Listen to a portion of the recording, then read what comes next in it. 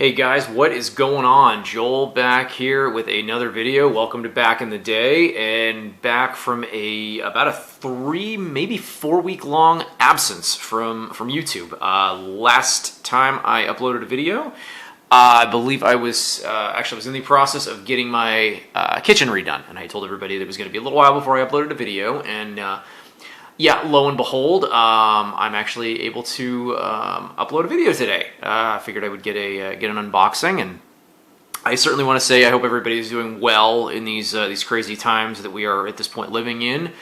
Yeah, like I don't want to get into too much of a rant or a vlog style because I want to keep this more, focused on the unboxing. But I mean, I do hope everybody's doing good.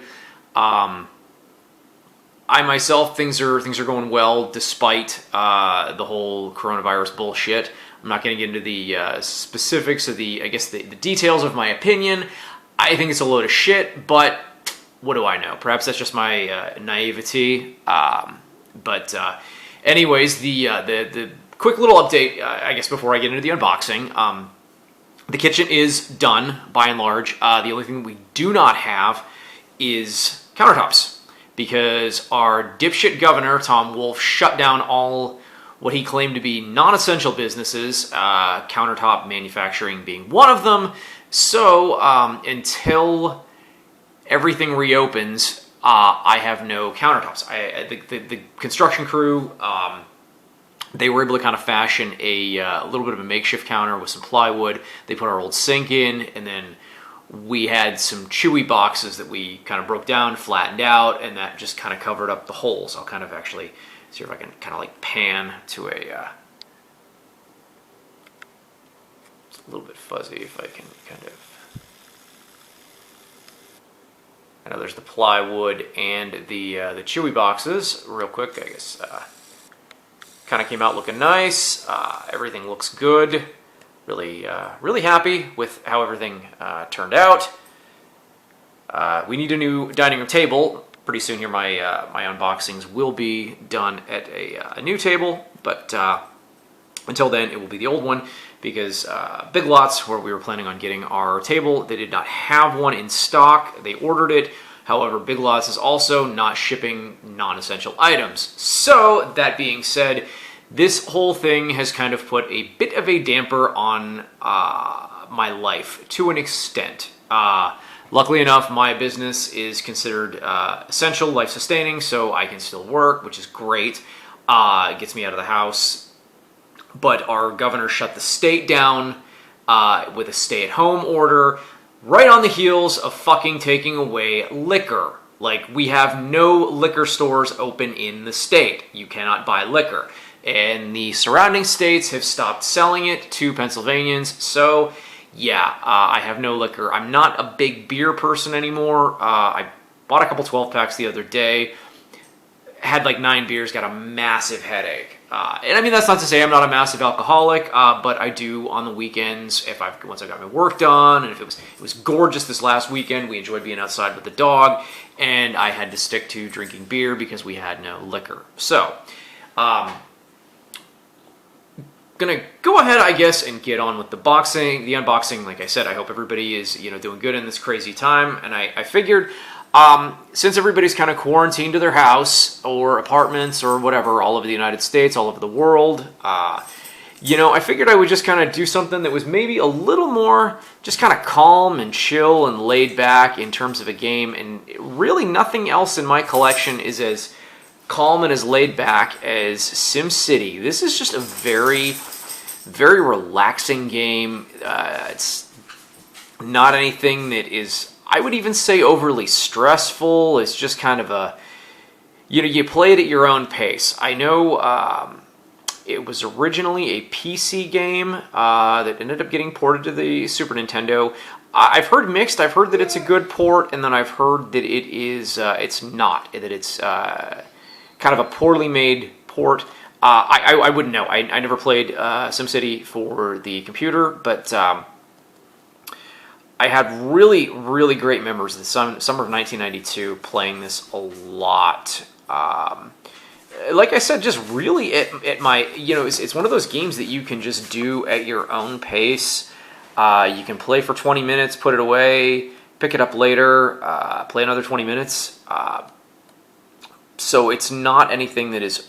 It's a time-consuming game, but it's like I said, it's not anything that you have to do. You know, I guess maybe it would be compared to like Animal Crossings now. I don't know. I've never played Animal Crossing. Just kind of my understanding of it. But the summer of 1992 was definitely marked with playing this game quite a bit. This and Turtles in Time. So let's kind of take a quick look. It was either this or Pilot Wings that I got shipped in from overseas. Like this is an NTSC version, but I think I got this one overseas, like from a seller over there. Sophisticated simulator, city simulator, where the future depends on your decisions. This was a game I know the goal was to get a Megalopolis. I never made it as far as getting a Megalopolis. I just wasn't able to attain it. Metropolis was, I believe, the farthest I got. So let's go ahead and unbox this and see what we've got inside. Good vibes. I hope all is well with you. Hope you can tell me what I may or may not be missing. Actually, this one looks pretty complete. So, first off, we've got our Nintendo Power advert, which of course came pretty standard. It's the consumer information booklet. I'm not going to bother really opening that up. The Super Nintendo poster.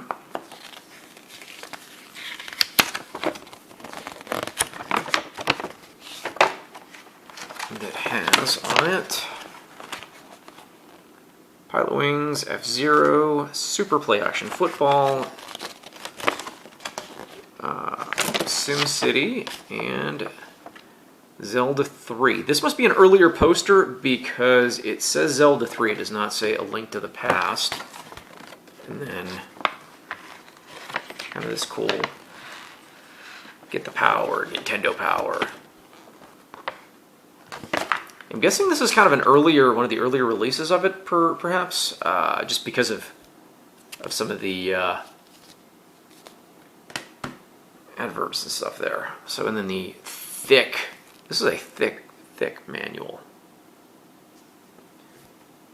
The Dr. Wright, who also made a guest appearance in Link's Awakening. So,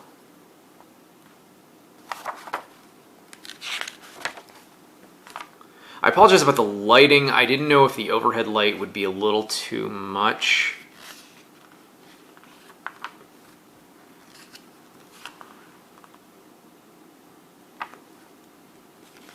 I do remember this had some really cool modes in it where you could play as different cities during different periods in time, which was kind of cool.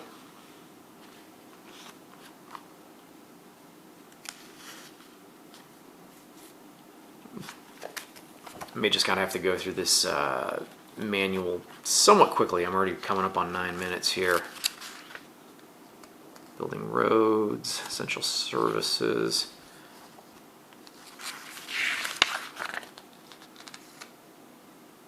City attractions.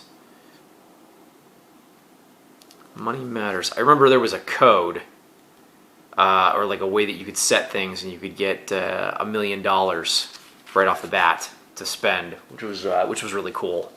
Always made the game a lot more interesting when you had somewhat of a inexhaustible well of money.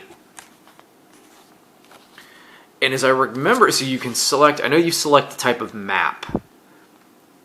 Like they had all sorts of different maps and geographical kind of layouts that you could select to build your city on. There was, I don't remember what number, there was one in particular where you had the most, I guess, kind of square footage, and it allowed you to maximize your population growth. Like it was the ultimate, like, I guess the best of the best for building. I don't remember which one that was though, and I've never bothered looking it up.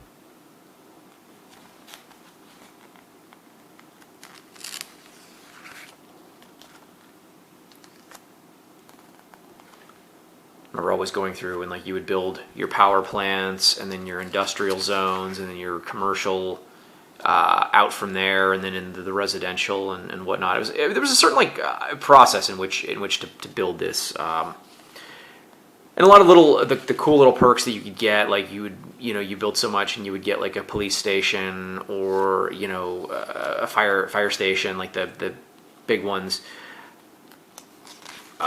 Your house, of course. You get stadiums, and it was really cool. Things like that.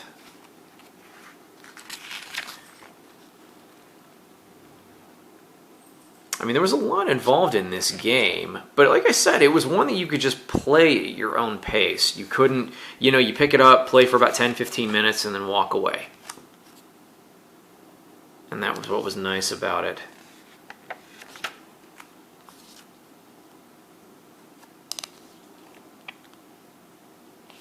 And the thing with like building your residential zones in circles like that, and you put parks and all sorts of other things in the middle.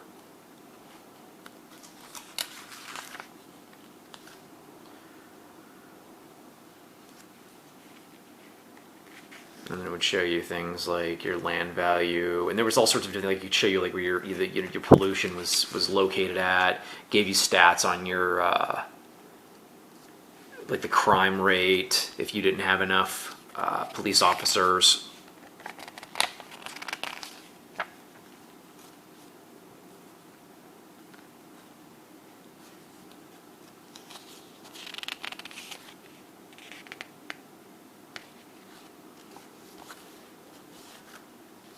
Yeah, here were some of the gifts you could get: zoo, amusement park, a landfill, a fountain, fire headquarters, police headquarters, a casino.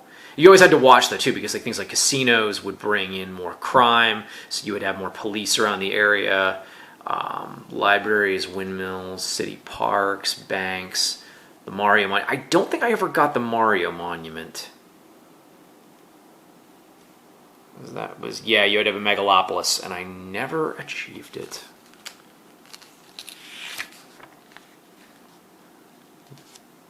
You create your own disasters, things like that. It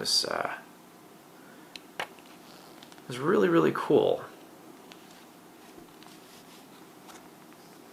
Like you're taxing, like here it says it's like taxes and budget.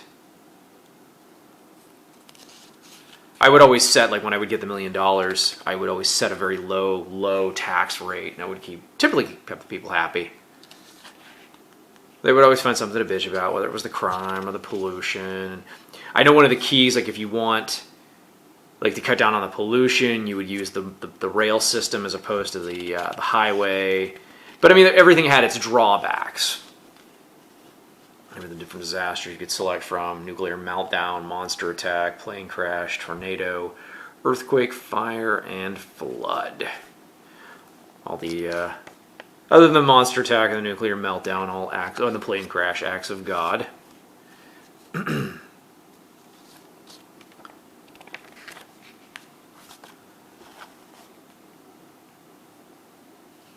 Modifying the city, evaluating the city. This is always so difficult doing these with this tripod with the Super Nintendo manuals.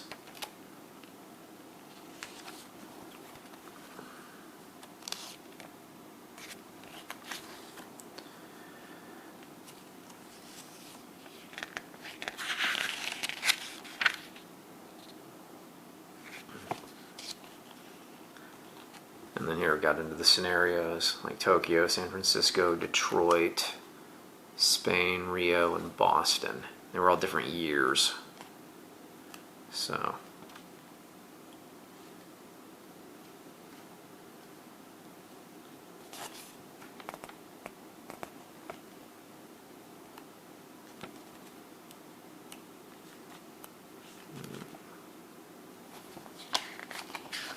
yeah. Just kind of flipping through here.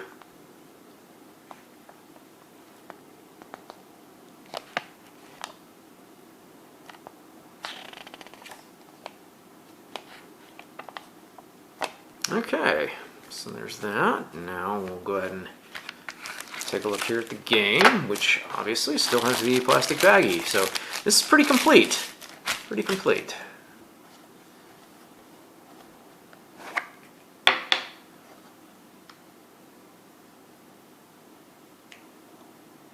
It does appear to be in pretty nice shape, and of course the first gen, the slot.